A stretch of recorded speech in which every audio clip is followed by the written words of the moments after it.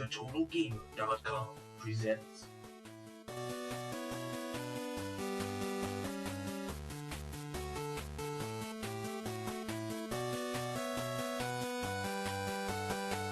Hello there, retro fans and all those who happen to watch. It's another fun-filled episode of Retro for the Win podcast with your hosts, Danny and Danny, or in this case, Danny from the USA and, well, Danny from the UK. But I think he can introduce himself as well, so how you doing, bud? Waka waka waka waka waka waka waka waka waka waka waka waka waka. He inhaled too many of those blue orange pills, so we'll move swiftly on, hopefully. Waka. He's also been playing too much Final Fantasy X as well. He has too much Jrpg on the mind. Oh, no, not Final Fantasy X. We'll get onto that later. Moving swiftly on. Again, I'd like to thank everybody from the bottom of our hearts, as well as all those who have feedback for our previous show.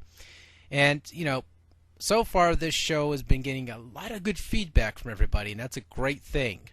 I'd also like to mention that we are going to be moving our show to obvious iTunes in the future past 6 episodes, but we'll obviously leave a friendly little video so that way you guys can follow the link and follow the breadcrumbs to the right trail. So with that said, we're going to be talking a little bit about a couple topics today. Obviously, you're going to have yourself some classic Western RPGs with some JRPGs. I'm going to talk a little bit about both of them and discuss a couple of them with Super Dan because, I'm not going to say Super Dan is anything of the worst when it comes to having a knowledge about any of this. It's just he does not know because of the fact that, sadly, the UK did not release most of these games, so it was out of his reach.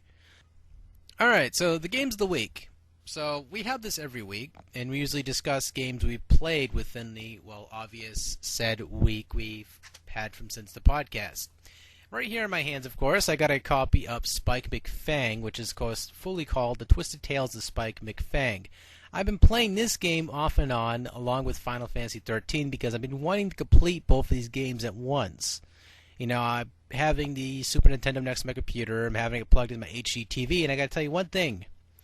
I love standard definition TVs when it comes to SNES consoles. That's all I have to say. But, alright, moving on to Super Dan's choices and games he played all week. And what have you been playing, bud? Just Cause 2! That's all I've been playing is the Just Cause 2 demo. It's a 30-minute time demo with 35 square kilometers of space that you can cause absolute chaos and destruction in. The only problem with the demo is you have to watch the 30-second introduction where this woman goes, "I am Bolo Santosi. I hear you are a very skilled hunter." And if I watch that one more time, I swear to God, I might actually kill myself or her. And in the mail today, I don't know why, for some strange reason, I have this obsession with Sega games released on non-Sega systems, because Sega love to whore their licenses out to everybody. That's why I have a few of the still undone licensed NES games, and I got what was it? It was Golden Axe on WonderSwan, the color version, and it's really good. It holds up really well. I mean, the music, it's what you'd expect from the WonderSwan. It's very beepy, but it still holds kind of true what Golden Axe was, although it seems to be a lot harder than I remember the Mega Drive version ever being. And the axe isn't gold, it's grey, so it's literally a port of the Mega Drive version on the WonderSwan. But it's really good, because I've had a WonderSwan now for about 2 years, and this is the first game that I've actually bought for it. So yeah, that's pretty much all I've been playing this week. Cool. Well, next, of course, us being a retro podcast, we haven't been really sticking ourselves too much in the roots of retro games, aside from, of course, dipping our nose into games like Just Cause 2 and all that. It's just because we see stuff that's pretty and explodes, we just have to run towards it sometimes. Oh, but Danny, you can grapple a helicopter. You can grapple your helicopter to a woman and fling her in the air. Or what I did one time, I attached an airplane to my helicopter, went into the air, dropped the airplane, bailed out of the helicopter into the plane, and flew. Come on! Oh, sorry. Did you do all this while you were set on fire? The helicopter was on fire.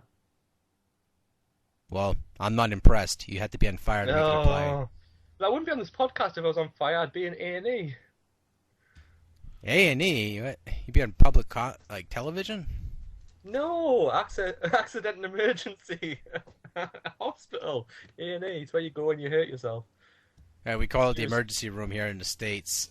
Yeah, it's A&E. Yeah, it's the whole thing where 999 phones the police in the UK, but 911 phones the police in America. Although, if you phone 911 in the UK now, you will still get through to emergency services. Believe it. At least now I Uh, know I'll be in capable hands in the UK we're being Americanized. No. with As if we proper get the hygiene. American games. God. That is true. Let's move on to the topic of the first discussion here. Is obviously the classic Western in RPGs versus the JRPGs. Now, I'm going to talk about a couple games. I'm not going to bring up too many because, I'm trying to keep this in a restrictive format so that way, I don't go rambling on for like 10 hours just talking about silly RPGs. Alright, so the first one I'm going to bring examples on here. Now, a lot of people remember most of these games. Most people are not going to remember these games. Okay, so the first game, of course, is called Elder Scrolls.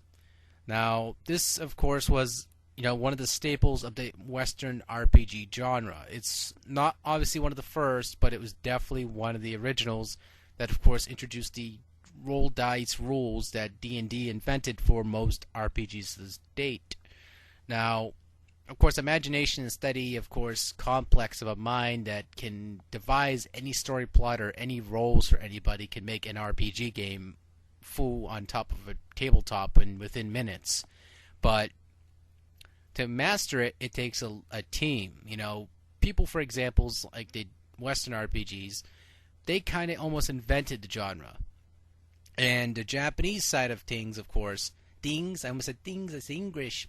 No, but JRPGs are basically, was sort of the loose color version of the Western RPG. It has more of a dramatic, has more of like a more emotional storyline than, of course, you would mostly see from most Western games out there.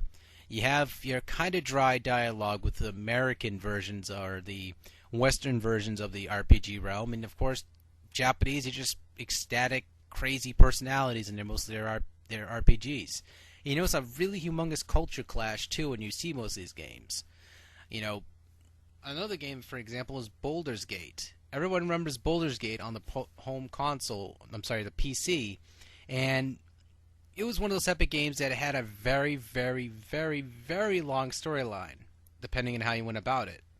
It, of course, had its very, very, very, very, I have to keep on saying very a lot, very complex, leveling system and all that. It was just something you couldn't quite get your head too much around if you were, one of those casual kind of players like games like Diablo, even though Diablo was more of like a hack and slash game than or an RPG traditionally. It did have a skill tree, but it was more action based, which would of course fall in the category of Western RPG as well, I guess. Now, your experiences growing up, Super Dan, what kind of RPGs were you around that was in your capable hands in the UK? Oh, I'm gonna receive some flack for this. Um, my gaming experiences. I stopped at the Sega Saturn in terms of home consoles. Then I had a PC for a while. I got into point-and-click adventure games from there, and then I remember buying a PS1 magazine. So I got a PS1 right at the end of its life. And I remember it was previewing Final Fantasy IX, and I was looking at it going, "Ooh, what's this? It looks really pretty and it looks really interesting." I remember it was like an 8-page spread, and I read like the preview over and over and over again, thinking, "This is just going to be something amazing, something I've never played before." And I thought, well, if it's number 9, there's obviously going to be ones before it. And then I quickly learned that we didn't get 1 to 6, we only got 7 and 8. So I pretty much hounded down my friends that I knew had the earlier Final Fantasies and got them off them. And it was Final Fantasy 7. I just got so addicted to it. I actually used to miss school to play it. It was just so good. And from there, I kind of didn't like Final Fantasy 8 because it was. I know every Final Fantasy is different and it's a different storyline, but Final Fantasy 8 was such a departure from number 7 in terms of what kind of story it was. Because like 7 kind of appealed to the whole somebody being smited and taking revenge, blah blah blah, with Sephiroth and all that, but it told it from a different perspective. But Final Fantasy 8 was just it was weird. It was so westernized, but it wasn't at the same time. It's something just didn't sync with me with it. But Final Fantasy IX, when I eventually got around to playing it, in hindsight, it's very much an old school Final Fantasy. It goes back to the roots. It literally is just like playing one of the very early Final Fantasies, but with a continuous storyline and 3D graphics. But yeah, that's pretty much my experiences to that point with like RPGs. I mean, I've played so many since that I'm completely burnt out from RPGs now because they're all so similar. It's like the storyline is you play a teenager wanting to become a brave warrior. His whole village is burnt down, and he must kill the evil person who did that. Along the way, he will meet plucky friends, and they will conquer the world and live happily ever after. That is virtually the plotline to every single RPG that comes out these days, and I can't do it anymore. I really can't. This takes me back to those days of Lunar, with those amazing soundtracks. Behold your dreams and dan. You see, I can't quite sound as pretty as that, but you guys get the point and know about the song if you know what Lunar is. But, alright. As you could tell, of course, by the UK and, of course, up to the American and, other countries, you notice a connection here that the Japanese were kind of targeting everybody at first, but the UK, I suppose, was not really feeling it, right? They weren't feeling the whole JRPG side of things. They were kind of like, I can, if I can interject for a second, I can tell you why. Because unlike in America, where it's English or Spanish, mostly English, in Europe, and this is all of Europe, there are so many languages. It's pointless to translate a game into all of these languages just to sell not that many units. If you can see where I'm coming from, and where the kind of as a business where you have to translate a game into 2 languages or translate a game into 10 languages, it's not economically viable. So until recently, when these games were justifiable in the translation, that's why we didn't get many RPGs. Like, I mean, the NES, originally the NES, the first NES game to be released in French was Kirby's Adventure, and that was right at the end of the NES's life cycle. So yeah, it's probably that was the reason why the UK and the Europe in particular were very much shunned up until recently with RPGs. Yeah, now it's, you notice it was just like a lot of people kind of look back at all these games that came out, that they have more access to the internet, they got more access to like magazines, their archive, a lot of the list of these titles, and they look back at these games and go, these games are brilliant, they're just like, wow. Supadan, it makes him angry. It's just like all these games were really fantastic, like Tales of Fantasia. That game. Oh, we did get Tales of Fantasia on GBA. Yeah, we got that too. Yeah, it's really good as well. I was surprised. It never came out even. It never even came out to the States either. It was translated in through emulation later on in the years. It's just a really weird tale. It's you see these both sides of the fence, how they kind of bounce off each other and they collaborate a little bit, just like Demon's Souls it's a Japanese game through and through, but it takes a lot from obviously the Western side of the fence, but that's something more modern. I'm trying to keep that out of the conversation, but it's just something you can kind of compare it to, I guess. Well, one thing you could compare it to as well is something that has still not really came out of Japan, and that's it's not just dating sims, but that kind of style of gameplay where it's like a digital comic. Like it's only just starting to come out of Japan now with games like the Ace Attorney games and stuff like Time Hollow and Lux Payne. It's kind of like a self-playing story where every now and again you get some input in it. I can understand why Japanese developers would think that Western gamers who are like FPS obsessed wouldn't like a game where you just sit and read for up to 20 hours. But for me, especially when you're traveling around, if the game's got a gripping storyline, it shouldn't matter how the storyline's presented or how you play the game, as long as the story is fun and as long as it's interesting, as long as it's compelling and you enjoy it. That should be all you really want from a game, apart from really good gameplay, which those sort of games don't really provide you with. But if the story's enough, it really should be enough. Same with like, it literally is just like an RPG minus everything that makes an RPG, apart from the story.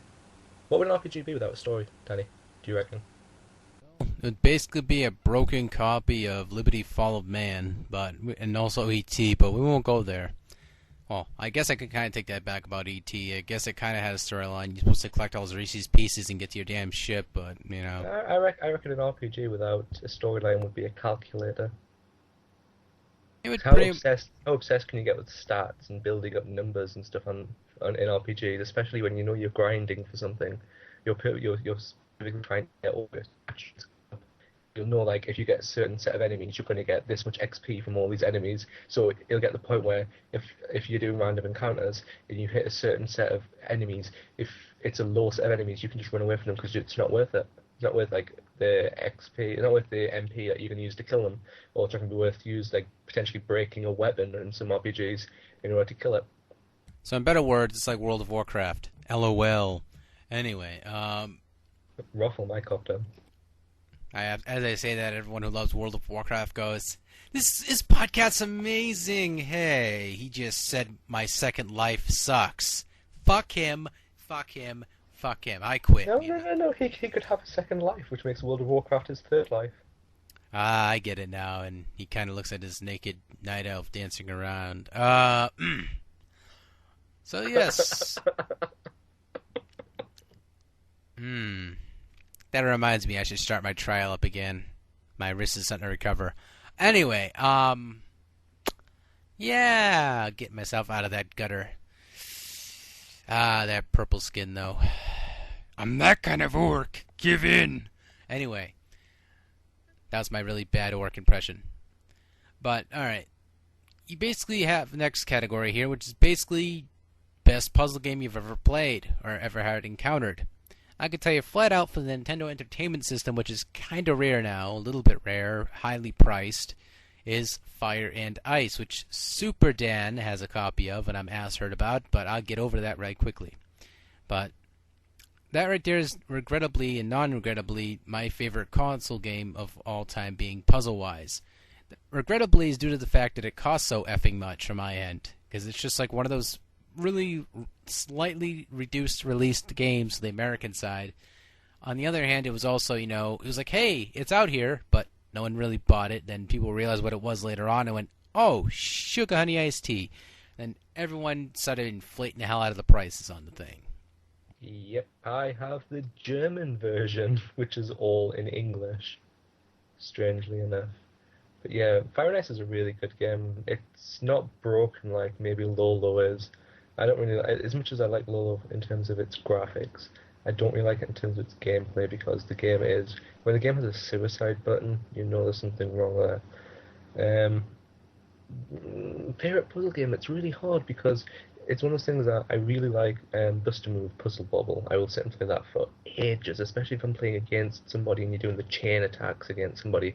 I really, really, really enjoy that.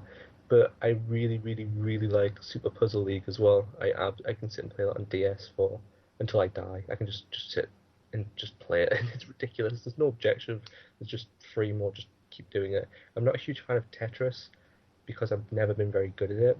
I much preferred Columns because I can break columns on the Mega Drive, but not Tetris. I've got Tetris for Game Boy, but I was never really good at it because Tetris requires you to have some sort of forward projection, like in thinking, right, if I build it this way, I need this block, or this block, and then with those blocks I can then make 5 lines.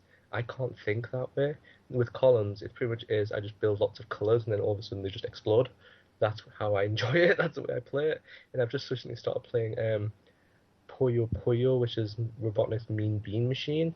That is a weird game. The AI in that game absolutely killed me the first time, because the objective of the game is 2 little things fall down from the sky, and you're supposed to line up 4 of the same colour, not 3. And just to end up 4 of them can be quite difficult because you get such different combinations of colour. Oh no! I know what my favourite puzzle game is now. It's not Super Puzzle League, it's Baku Baku. Danny, do you remember Baku Baku? Those crazy ass animals, yes. Yes! Oh yes, I want to talk about this. Baku Baku, it's literally a drop puzzle game, kind of like Puyo Puyo, where 2 blocks drop, and it'll be an animal and a type of food. The point and objective of the game is to match the animal to the type of food. If you stack up like lots of bananas, and you get a monkey to eat the bananas, you then send like a chain attack over to the other person, and it's just great, like building up loads of bamboo and getting the koala to eat it. And it's so Japanesey, and it's so great, because it uses a lot of pre-rendered sprites, and it's on Game Gear and Sega Saturn, but it is so much fun. Oh, I like Super Puzzle Fighter as well. Damn it. Also, Baku Bakuos came out for the PC. Yeah, as well. Oh. everybody, you should try and not download that game. It's so good. Yeah, Puzzle Fighter as well, especially since that's had a remake.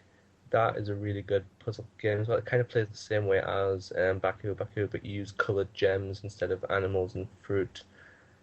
But yeah, oh, we could talk about this forever, Danny. Please, can we move on or something? Speaking of bananas and things that split and break and mold up and be tossed in a collection where, wait a minute, no one collects banana peels. We're talking about controllers. Everyone has them in their collections. You know, you have those ones you like that are big, they're small, and, you know, ladies like them and the guys like them because they can be in control of the situation, I guess, and the girl tells anyone about the situation, I guess they get controlled. I don't know how it works. But I had this black little beauty, no pun intended, it's called the Atari 5200 controller. One of the things I dislike about the controller is that it's effing broken. And if you try to get replacements for this damn thing, it's like $60. Now, the main reasons why I want to talk about this controller and a little bit of a rant on it, and also, you know, educate it a little bit on what it does. Okay. So, first things first is that they tried to develop this 5200 controller to have sort of a complex and large build to it. It was sort of a rush job, I felt. It does not work to be the life of you. You try to press start in the controller, and I have over 3 controllers of the same 5200 model. None of them work. Yeah, there is converters or switches out there that can actually let you use a Sega Genesis controller or some other third-party wired controller, and you can use that control-wise, and it works fine, but I can't be justified to spend that much money on a freaky controller to play like 15 minutes of a game. I'm probably going to rage quit on, most likely. Now, most of the games for 5200 were okay. They were not that bad. They were obviously just re-rendered games that were from the past, and you know they wanted to try to reinvent the 2600 days of the console. Sadly, it kind of bit Atari right in the asshole. Now, it's a game console, of course, that it had a lot of potential. It just fell short because of the controller. They had this big, gigantic trackball controller, which was as big as the console. And to this date, the Atari 5200 is considered one of the largest consoles for the home consumer ever produced. It makes 360 and the PS3, tiny. I mean, this console is gigantic. It's so big it has its own area code. But, the main flaws... Hey, yo. But, okay, so if you guys want some sort of mental visual stimulation to your brain, the control is stimulated like this. On either side, there's 2 orangey red controller buttons. You press them, obviously, and they do a function. How you probably suspect... Okay, let me start that over. 3, 2, 1. Okay, so the controller has, 2 buttons on each side, which are these little rubber-based, and of course they are orangey red. And what these are basically is just standard controller buttons and activation and motion and all that, blah, blah, blah. On top of it, it has an analog stick. Now, the analog stick, 9 out of 10 times, will not work for the controller.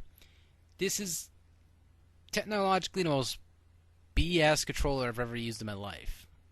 If you cannot even access a game brand new out of the box, how do you expect to sell anything for this Atari?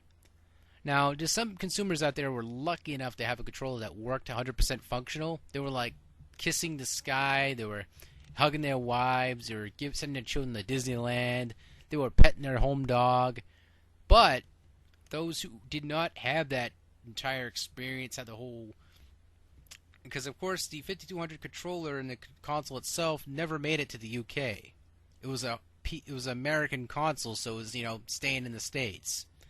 And I think this time around the UK didn't mind too much, because if the console does not work, controller-wise, then what the hell's the point of even playing the damn thing, right?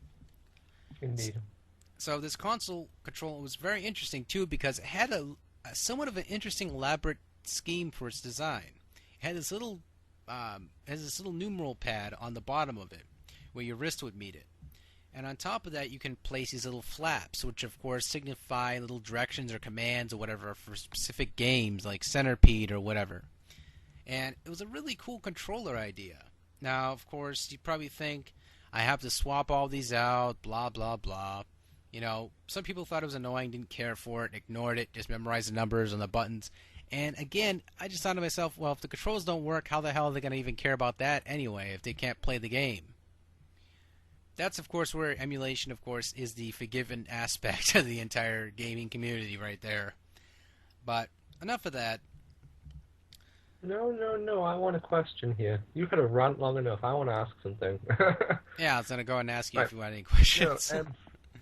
Danny, why do you think, because I've never handled one of these controllers before, so I don't really know like how they function, how they feel in your hands, but why do you reckon that Atari chose to release an analog joystick, something that it doesn't work very well, it wasn't tested very well, obviously, as opposed to the very sturdy and very tried and tested Atari 2600 controller? Why do you think they chose to go with this kind of like prototype analog controller? Because they wanted to try to establish a more smoother but a more, firmer control scheme for the character. So you can move in 8 directions at once. With the Atari Stiff controller, which was of course the paddle with the one stick and a one button control, it was, kind of stiff. You would know that if you experienced one, right? How it was kind of like you feel like you're struggling with the damn thing. With this, You're fighting with it. yeah, you're literally fighting 2 games in one here. You're like dealing with the controller and you're dealing with the whole entire getting across the map. I mean, yeah, you get across the map, no problem. You beat the game and you can go to sleep, eat a cheese sandwich in your underwear, or make love to your wife or something. I don't know, but this controller, 5200 wise, it has more of a smoother feel to it. However, I feel like it's kind of broken too. Like it literally feels like it's broken. Now, I can understand where Atari was going at with this. They were trying to develop something that it gave you a little bit more, control. It gave you a little bit more responsiveness to the game. And sadly, it does. It's more of a arcadey style controller. But how the hell are you supposed to play it with it? It leaves me in awe. I mean, if someone was one-handed, this controller would be fantastic, of course, because you can control the buttons with your thumb and your index finger and your middle finger. You can control the 2 buttons on either side of the controller. But again, it's just like I'm looking at the controller, and it's just like, who the hell invented this damn thing? It deserved to be shot in the ankle 3 times. From a design perspective, as a controller, the good thing about the Atari 2600 controller is you could either have it in your hand or you could like lay it flat on a table and you could play it either way. From what you can tell from the 5200 controller, it looks flat enough to lie on on a table, so you can use it tabletop. But how are you supposed to use those buttons on the side if it's lying top? Wouldn't it have been more logical for Atari just to simply make a 2600 controller but wider to accommodate more buttons? That probably would have accomplished a whole lot more, but again, I believe Atari wasn't even thinking in that aspect. I mean, the Coleco Gemini, the clone system for that, and what else? The Coleco Vision, those 2 consoles had these wider, bigger controllers. They were gigantic. They're kind of large or numeral, and the Gemini had that little roll pad on there. What Atari was assuming is that, the Coleco Vision's doing fantastic. Let's try to compete with that too. Because they're kind of, they're getting their ass handed to them by, of course, the entire Crash, blah, blah, blah. And Nintendo, of course, is doing fantastic. So they're thinking, well, they have these 2 simple button pads, right? You have the A and B, the select start, and the directional pad. Why not add an analog stick as well as these multiple numeral buttons on here? All these extra buttons and little new functions your characters and all that and speciality things can do. Not a good idea. I don't know what Atari thought of about with those bloody numeral pads. They even did it with the Atari Jaguar as well. What were they thinking about, those numeral pads? But it's not a phone. Why does it need a number pad? Maybe to call technical support, maybe. I don't know. No, it's for the inevitable ET on 5200. Call home. Yeah, maybe it was a cheat line. You just dial 911 and it would actually, ET would be like, I'm going home, and it would just go home. Oh, if only. But Atari had it so wrong. Once they saw that video game sales were declining, instead of throwing more money into the projects, they really should have simply just pulled out until the crash was over and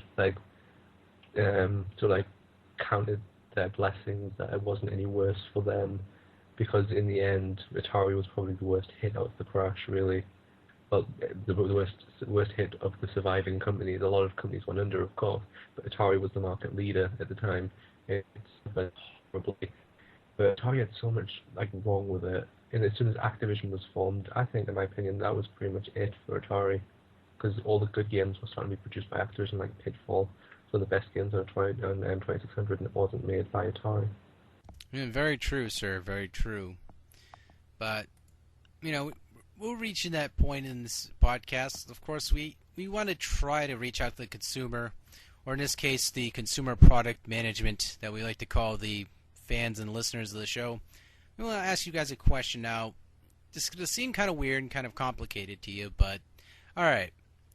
If you guys can, back in the day of the Atari 2600 and up to the Sega Genesis days, what would you want to go for when it comes to your console's design? Now, there's a couple ideas, of course. We're just going to have that humongous, large console. You want to go to that whole Western side, or you want to go to that sleek little professional style where it was all petite and small and it just did what it had to do, like the obvious PC Engine or the Famicom or whatnot.